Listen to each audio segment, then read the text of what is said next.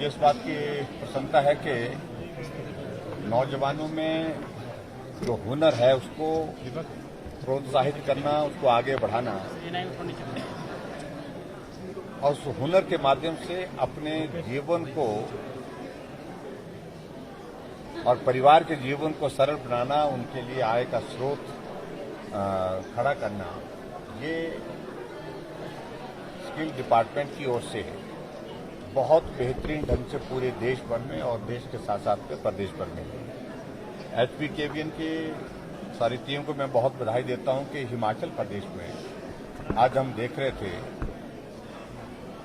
तो बच्चों को हमने ट्रेनिंग दी है, लगभग 18,000 से ज्यादा बच्चों को ट्रेनिंग दी है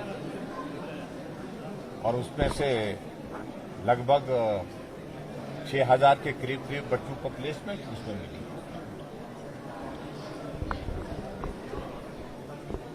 ऐसे बच्चे को फाइनेंशियली बहुत लंबे समय तक पढ़ाई नहीं कर पाते हैं, उनकी पारिवारिक परिस्थिति इस प्रकार की है। मैट्रिक करने के बाद, +2 करने के बाद वो इस प्रकार की ऑप्शन पर जब जाते हैं और HPKVN जो है वो उनको मदद कर रही है, उनको प्रशिक्षित करने के लिए, उसके बाद उनकी प्लेसमेंट के लिए, उसमें एक बहुत बड़ी सफलता हिमाचल प्रदेश में हमने इस छोटे से समय में हासिल की है। लेकिन इस बात को लेकर के ये जरूर है आज के इस अवसर पर जहां हमको और प्रमोट करना चाहिए स्किल को, उस दृष्टि से सरकार की ओर से जो प्रयत्न और जो प्रयास चल रहे हैं, निश्चित रूप से आने वाले समय में और ज्यादा काम करने की आवश्यकता है ताकि नौजवानों को अपने पांव पर खड़े होने की एक अपॉर्चुनिटी मिल सके, अवसर मिल सके, अपने परिवार को आर्थिक दृष्टि से मदद करने की गुंजाइश दी जा सके। Sir, agriculture sector, environment sector और इसके अलावा कौशल विकास निगम के आइडियाज को भी जोड़ने की सरकार ने तो निश्चित रूप से देखिए, मैंने इस बात को कहा कि ड्रोन तो बहुत बड़ा आने वाले समय में मुझे लगता है कि एक फील्ड में नहीं, बहुत सारी फील्ड में अपना कॉन्ट्रीब्यूशन देगा, बहुत बड़ा कॉन्ट्रीब्यूट करेगा और इसलिए आदरणीय प्रधानमंत्री जी ने इस टेक्नोलॉजी, ड्रोन टेक्नोलॉजी को बहुत तेजी से आगे बढ़ाने के लिए आग्रह किया है। सभी मुख्यमंत्रियों से भी आग्रह किया, सभी प्रदेशों से भी आग्रह किया है और मुझे इस बात के लिए विशेष तौर से प्रसन्नता कि हिमाचल प्रदेश में हमने, Himachal is the first state जिसने ड्रोन पॉलिसी जो अपनी लेकर के जो है वो प्रस्तुत कर दी, बना करके तैयार कर दी और इसके लिए हमारी पूरी टीम को भी बधाई देता हूं। और इसके साथ जहां एग्रीकल्चर सेक्टर है और उसके बाद एनवायरमेंट है, ये सारी चीजें टेक्नोलॉजी के साथ बेहतर ढंग से हम कैसे आने वाले समय में कर सकते हैं, इन सारी चीजों को तो प्रधानमंत्री जी का फोकस है। उस फोकस के आधार पर मैं कह सकता हूं कि निश्चित रूप से आने वाले समय में जो इनिशिएटिव लिए गए हैं केंद्र सरकार द्वारा उसमें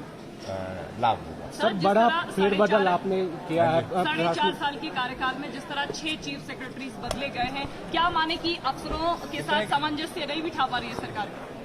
देखिए, चीफ सेक्रेटरी हमेशा के लिए तो कोई होता नहीं। पूरे में जो सरकारें रही हैं उन सरकारों के दौरान भी चीफ सेक्रेटरी बदलते रहे और हमारे सरकार के दौरान बहुत से तो रिटायर हुए। रिटायर करने के बाद अगर हम उनको फिर से लगाते तो आप ही खबर बनाते कि भाई, लेकिन सर 6 में से 4 ऐसे हैं जो अपना कार्यकाल भी पूरा नहीं कर पाए। मौजूदा देखिए, कार्यकुशलता पर सर, उनकी कार्यकुशलता पर कोई सवाल है जो सरकार को लगता है कि इसलिए फारका जी पूर्व सरकार के थे, स्वाभाविक रूप से सरकार बदलने के बाद नया चीफ सेक्रेटरी बनाया जाता है। ये एक आम तौर पर एक व्यवस्था रही है, उस व्यवस्था के अनुरूप हम आगे बढ़े। विनीत चौधरी जी सीनियर मोस्ट थे, उनको अवसर दिया गया और पूरा टेन्यूर उन्होंने कंप्लीट किया। विनीत चौधरी जी की रिटायरमेंट के बाद अगले VK अग्रवाल जी आए, सीनियर मोस्ट वो थे और उन्होंने अपना टेन्योर जो है वो कंप्लीशन की स्टेज पर, उनकी तब तक के लिए जो है वो सेंटर में ये पोस्टिंग हो गई, एम्पैनलमेंट हो गई सेक्रेटरी के नाते। वो एक बहुत बेहतरीन अपॉर्चुनिटी उनके साथ थी और स्वास्थ्य कारण था उनके लिए, जिस कारण से उनको जाने के लिए लगा कि उचित रहेगा दिल्ली जाना और उनको अच्छी अपॉर्चुनिटी मिली, अच्छी असाइनमेंट वहां पर मिली। वो उस कारण से गए, मेरी वजह से नहीं गए। और उसके बाद उनके पश्चात श्रीकांत बाल्दी जी, उनने अपनी टर्म पूरी कंप्लीट की, जितना टेन्योर था उनके पास। और उनके पश्चात अनिल खाची सीनियर मोस्ट थे, हिमाचल के अधिकारी थे। उन्होंने अपना कार्यकाल शुरू किया, उनके साथ बहुत अच्छा हमने काम किया। और काम करने के बाद एक अपॉर्चुनिटी बीच में आई, जब जिसमें उनके लिए बहुत बेहतरीन अपॉर्चुनिटी आने वाले समय के लिए थी, लंबे समय के लिए थी। और वो आज हिमाचल प्रदेश के स्टेट इलेक्शन कमिश्नर हैं, आपकी जानकारी के लिए। और किसी को परेशानी नहीं होनी चाहिए, मुझे तो लगता है बिल्कुल भी नहीं होनी चाहिए, आपको तो बिल्कुल ही नहीं होनी चाहिए। और अच्छा, फिर उसके बाद सुनिए मेरी बात सुन लीजिए पहले। अच्छा, उनके पश्चात सीनियर मोस्ट में राम सुभाग जी थे। राम सुभाग जी ने अपना काम अच्छी तरह से किया है। और अभी फिलहाल जो है उनके बारे में आने वाले समय में क्या होगा, वो सारी चीज को लेकर के वो अगला विषय है। लेकिन अगर यहाँ हिमाचल प्रदेश में चीफ सेक्रेटरी सरकार में काम करके सरकार के संचालन में सहयोग करते रहे हैं, उस दृष्टि से सभी ने अच्छा कंट्रीब्यूशन दिया है, सभी ने योगदान दिया है। मैं सबका धन्यवाद करता हूं।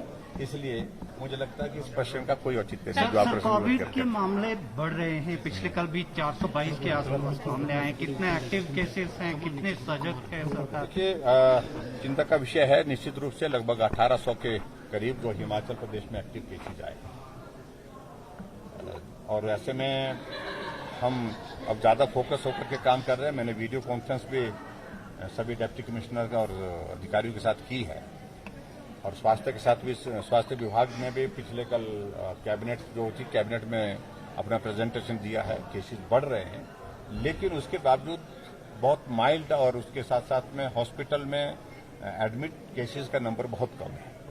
तो कोमॉर्बिडिटीज वाले थोड़े से केसेज हैं, 6-7 केसेज का जिक्र कर रहे थे। लेकिन फिर भी उसके बावजूद हमको सावधानी के साथ काम करने की आवश्यकता होगी आने वाले समय में, क्योंकि नंबर तेजी से बढ़ा है। रिस्ट्रिक्शंस बढ़ सकती हैं। अभी तो हम थोड़ा इस सारी चीज का हमने कहा कि जो क्लस्टर कहीं कुछ जगह बन रहे हैं उस पर ज्यादा फोकस के साथ काम करें, ताकि स्प्रेड को हम रिस्ट्रिक्ट कर सकें। और उसके साथ साथ में जहां कोई पेशेंट को अगर थोड़ा हॉस्पिटलाइज करने की जरूरत है और उसका हॉस्पिटल में बेहतर ढंग से ट्रीटमेंट हो सके। और उसके साथ साथ में अवेयरनेस की थोड़ा क्या हो जाता है कि जब इस तरह का एक दौर आ जाता है, लोगों को लगता है कि अब खत्म हो गया, और जब खत्म नहीं हुआ है तो ऐसे में थोड़ी कैजुअलनेस आ जाती है। तो लोगों को और ज्यादा सतर्क करने की। सर, सेब बागवानों के लिए पिछले कल आपने घोषणा जरूर की है। सर, सेब बागवानों के लिए आपने पिछले कल सेब बागवानों के लिए हमने नहीं है। देखिए, बात हम इस बात से सहमत हैं। ऑल ऑफ ए सडन जो एक बहुत बड़ी इंक्रीज आई है उसमें जो बारदाना जिसको हम बोलते हैं, पैकेजिंग का जो हमारा मटेरियल होता है, उसमें हम इमीडिएटली क्या मदद कर सकते थे, हमने वो किया। एक तो हमने यही कहा कि जो वैट 12 से 18% हुआ है, जो हमारा नहीं, वो केंद्र सरकार के साथ जुड़ा विषय है, तो उसमें हमारे हाथ में अधिकार नहीं। लेकिन हमने कहा कि जो 6% बढ़ा है उसकी भरपाई हम करेंगे, स्टेट की ओर से करेंगे। और उसका एक मैकेनिज्म डेवलप करने के लिए हमने बोला कि एचपीएमसी के माध्यम से जो पैकेजिंग का जो मटेरियल है जो है वो सारा उनके माध्यम से परचेज किए जाए और ठीक तरह से पारदर्शिता के साथ जो है, जिसमें हम उसमें जो बिलिंग के हिसाब से जो है उसमें मदद करने के लिए तैयार हैं। पिछले कल राष्ट्रीय उपाध्यक्ष के साथ आप मानती है कि गुम्मा में एआईपीएल का जो पहले पैकेज इंडस्ट्री लगा था उसको बंद कर देना बागवानों के लिए घातक साबित हो रहा है? क्या सरकार आगे कोई ऐसी मंशा रखती है कि पैकेजिंग? देखो, इन सारी चीजों पर सोचने की आवश्यकता रहेगी, लेकिन मैं इस पर कुछ ज्यादा टिप्पणी नहीं करना चाहता। Thank you.